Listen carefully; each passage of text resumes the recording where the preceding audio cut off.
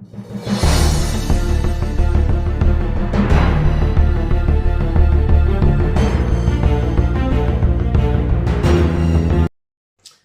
good afternoon, Cubes of the Cash. Gary B, the Casual Comic Guy here on a nice, lazy Sunday. Well, at least for some of you, I had to work, but that day is done. I'm at home relaxing, and earlier today, when I had a chance, I watched Digger Jim's top 10 first appearances. And I've watched quite a few other ones where people are doing 10-ish first appearances, and yeah, I'm going to do my own thing because that's what I do. You're not the boss of me, don't worry about it. So we're going to go through some first appearances. Yeah, 10-ish is a number. And we're going to have some fun with it. We're going to have some silly ones, and we're going to have some that mean something to me. I love them all anyway, but without further ado, let's get to some first appearances and just have a little bit of fun. So up first, a great old series written by Bill Mantlo. We have, of course, Dave Cockrum cover. We have Micronauts #1. So let's get some great Bronze Age action right from the get-go so we can establish a theme here. So great cover. I really got to send one of these in and get it graded so I have a slab Micronauts 1. Then we're going to go with Amazing Adventures 15. Now, Digger Jim had the first appearance with the Beast with his gray fur when he got fur. I think that was issue 11. I have his first appearance in the blue fur. And this is also the first appearance of the Griffin, this silly looking guy here. And just a fun book and a fun issue, but there you have it. First appearance of Beast with blue fur and first appearance of the Griffin. Back with a little 20-cent price tag. All right, moving along. Let's get a little silly. First appearance, and Marvel Premiere had a lot of first appearances. We're going to go with 3D Man because it's just a fun Jack Kirby cover. And it's just fun to look at. So Marvel silly zaniness, at its top right there. And just a fun little book. Great Kirby cover.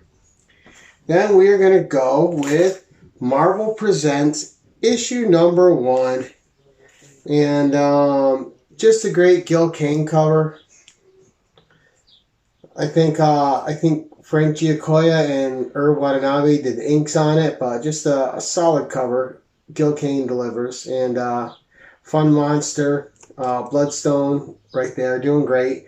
Unfortunately, I don't have the first Elsa Bloodstone. That's something I want to get at some point. Now we're going to go to a Stan Lee, John Buscema created character. And if you can't guess who it is, well, I'll show you because the cover art's by John Buscema. And we got inks by Chick Stone. And we have Savage She-Hulk #1. Again, this is something I won as a grand prize, issues 1 through 24 from a Jimmy Jams drawing. So I had bought a mystery box from him. I got entered into the drawing, and I got issues 1 through 24, and I bought issue 25 on my own. And read the whole series, had a lot of fun with it. And even though John Buscema is one of my favorite artists, I think his first issue here in the She-Hulk was just okay, his interior art. I thought the standout artist for the Savage She-Hulk was actually Mike Vosberg. I thought he did a great job on this series when he took it over. All right, there we go. Moving along, we of course have the first Rogue, and this is a low grade, better than no grade. So there we go. And I'm the only person that owns this because it has Carol Danvers and Jessica Drew in it. But that's okay. So there we go, Avengers Annual 10. With that Al Milgrom cover everybody likes. Then we are going to go with Uncanny X-Men 164. Dave Cockrum again, and this is the first binary. So fun little cover. I hope we see binary at some point in the movies. That would be really cool. There we go. All right, moving along. And I got this signed by Jim Shooter. This is the Uncanny X-Men, issue 130, Dazzler. First appearance. Jim Shooter signs it right there in the trade dress. And a great spot to sign it. Was a super nice guy to meet. And I got to send this in. All right, next up, the first color appearance of this character, and I just picked this up yesterday, so we're going to show it, because why the hell not? This is the first color appearance of White Tiger, Spectacular Spider-Man, issue number 9. Just a lot going on with the protests, White Tiger, Spider-Man, just a great cover. I'm going to send this one in too. Then we have, and the only thing wrong with these is they have the free Comic Book Day stickers on them from the shop that sold them. I don't know if that takes away from grading or not. Maybe one of you guys can answer that in the comments for me. But we have 2 copies, and this is the first appearance of Jackpot and Mr. Sinister for Spider-Man. Not Mr. Sinister, Mr. Negative. Whew. See, we were just looking at X-Books. I had Mr. Sinister on the mind. And no, I'm not showing him. But Mr. Negative and Jackpot. So there we go. Next up, this is just a fun one. This is the first color appearance of Femforce. Alright, we have Mrs. Victory, Night Vale, She-Cat, and Terra.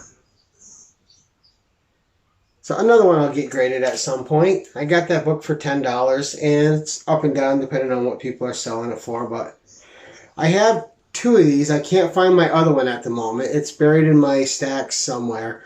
But this is Invaders number 12, the first appearance of Spitfire. So fun issue, fun little read. And of course, one of those issues which still has Nazis on it, so you know, a little bit of fun and history there. Then I have her first appearance ever out to get graded right now. But this is her first appearance in continuity. And this is X-Men issue 193, the first appearance of Firestar in Marvel continuity. I do have her very first comic appearance of Spider-Man and His Amazing Friends, but like I said, that is at CBCS right now getting graded. Should be back in a few weeks. Got it on Express. Moving along, the first standalone story of King Kull. Alright, Creatures on the Loose, number 10, a 15-center. This book goes from anywhere from $40 to $80, depending on condition. So I think this is around a $50 condition book, so, but really nice. Super happy to have it. Again, Mike Klug cover art. Then, one of my all-time favorite series ever, Frank Miller cover. Don't know if you guys can guess. Rom Space Knight. Alright, and this is another one I need to get slabbed at some point. Just a great cover, great series. Really, really loved it. I read the whole series a year and a half ago. Then we're going to get into some slabs. And we're going to do the slabs slow because I still have them in there wrapping. That's how I do it. Alright, first up, we are going to show another one that Digger Jim and I have in common. Shogun Warriors, issue 1. This is a 9-0. Just a great 20-issue series, and you got the final fate of them in a Fantastic Four issue. And I'm blanking on the number right now, even though I just read it like 2 weeks ago. But that's okay. That's what happens once you get old. You forget stuff that you just immediately did, right? Like, did I just go to the bathroom? Should I go again? Maybe. All right. Next up, we have one of my all-time favorite characters, and I was lucky to get this out of the way cheap. And yet another one that Digger Jim and I have in common. We are talking about the first appearance of Jessica Drew, Marvel Spotlight 32. And Jim also has an 8.0. We are Jessica Drew buddies. We just became best friends. It's a true story. There we go. Great, great cover.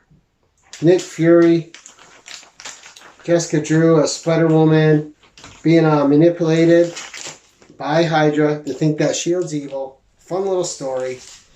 But Jessica Drew finds out the truth. Next, we're going to go with the first and second print of this first appearance. So this isn't something that's popped yet. I'm sure it will at some point in the future. But this is a 9.2 ASM 265, the first appearance of Silver Sable. just a fun book, and Silver Sable's just one of those hard-nosed great characters. Very little mercy, really tough, and just a lot of fun, especially when she's up against Spider-Man. And when they're working together, it's still fun. Alright, so, like I said, and we'll just flash this one real quick. This is the second printing of that same issue, 265. Love the silverness. And then we're going to go with a book that everybody's seen a ton of times. This is, of course, ASM4 Original Sin, the first Silk in a 9/8. So let's see. Take that out, give you a nice clean look at it. So there we go. And I do have her second appearance. I'm also going to send that out. It's got Black Cat on the cover, so double whammy for me. Silk on the cover and Black Cat. So definitely sending that sucker out to get graded.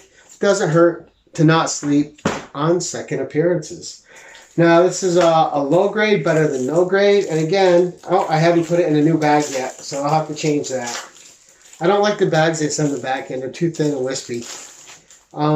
This is Secret Wars issue 7, the first Julia Carpenter Spider-Woman. I only have it in a 7.0. I don't care. It's for my PC. I'm not trying to sell it.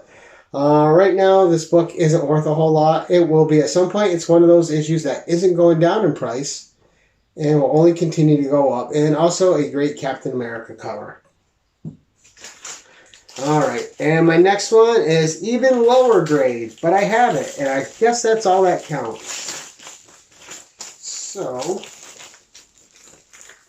that is going to be, we're just going to leave it in this bag here. Secret Wars number 8. I only have it in a 5.0, but I do have it. I think it presents really well for a 5.0. All the damage that is on it is on the spine over here, but so a couple spine breaks, which break color, so not much you can do about that. But a nice book to have, and it's in the PC. And again, one of those books that will not be going down in price at all, so you can't go wrong. Next up, I have another one of these out, same exact copy. Except this one's going to be my CBCS copy. This is my CGC copy. This is ASM second print of 101, first Michael Morbius. So there we go. And like I said, I have another one of these. I'm hoping for higher than a 9.0 and the other one I have out. But still, having a 9.0 of this is fun. And it's a great first appearance, even if it is a second print of it. I do love the silver foil. Alright, next up, we have